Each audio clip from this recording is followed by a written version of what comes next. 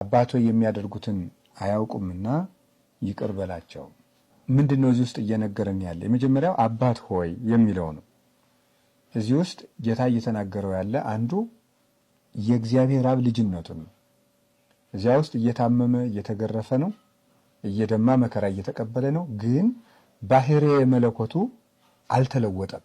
መለኮቱ ወደ ስጋነት አልተለወጠም። እየታመመም አምላክ ነው።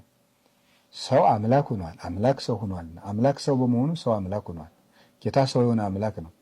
የመለኮት ገንዘብ ለስጋ የስጋ ገንዘብ ለመለኮት እንደሆነ ሐማሚ ኢሃማሚ ነው። እሱ ከኛ ጋር አንድ እንደመሆኑ ይታመማል፣ ከአባቱ ጋር አንድ እንደመሆኑ ደግሞ አይታመምም። ስለዚህ መስቀል ላይ ሆኖም ከአባቱ ጋር አንድ ነው። እግዚአብሔር አባቴ ነው ሲል ጌታ ከእግዚአብሔር አብ ጋር አንድ መንግስት ነኝ ማለት ነው። ለምን? የሰው ልጅ የሰው ባህሪ አለው፣ የእንስሳት ልጅ የእንስሳ ባህሪ አለው፣ ከእጽዋት የተቆረጠም የእጽዋት ባህሪ አለው። የእግዚአብሔር ልጅ የእግዚአብሔርነት ባህሪ አለው። ስለዚህ አባት ሆይ ቢል እየተሰቀለም እየደማም እየተገፋም ርቃኑን ሆኖም ግን የእግዚአብሔር ልጅ ነው። አለመታመም የሚቻለው ነው፣ አለመሞት የሚቻለው ነው። ያንን የገለጸላቸው።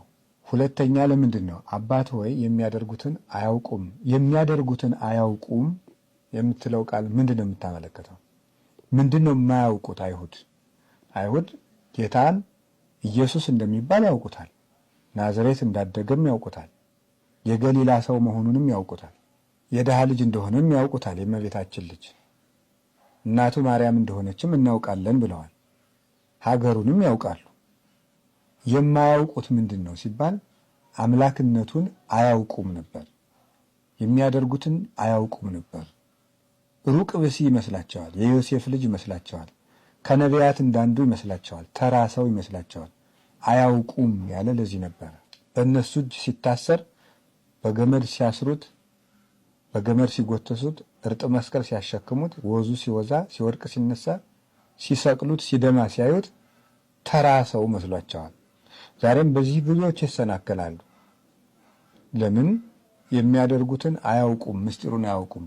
ቅዱስ ጳውሎስ ይህን እንዲህ ብሎ ገለጠው። አንደኛ ቆሮንቶስ ምዕራፍ 2 ቁጥር 8 ላይ ሶበሰ አይመርዎ እሚሰቀልዎ ለእግዚአብሔር ስብሐት፣ አውቀውትስ ቢሆን ኑሮ የክብርን ባለቤት ባልሰቀሉት ነበር አለ።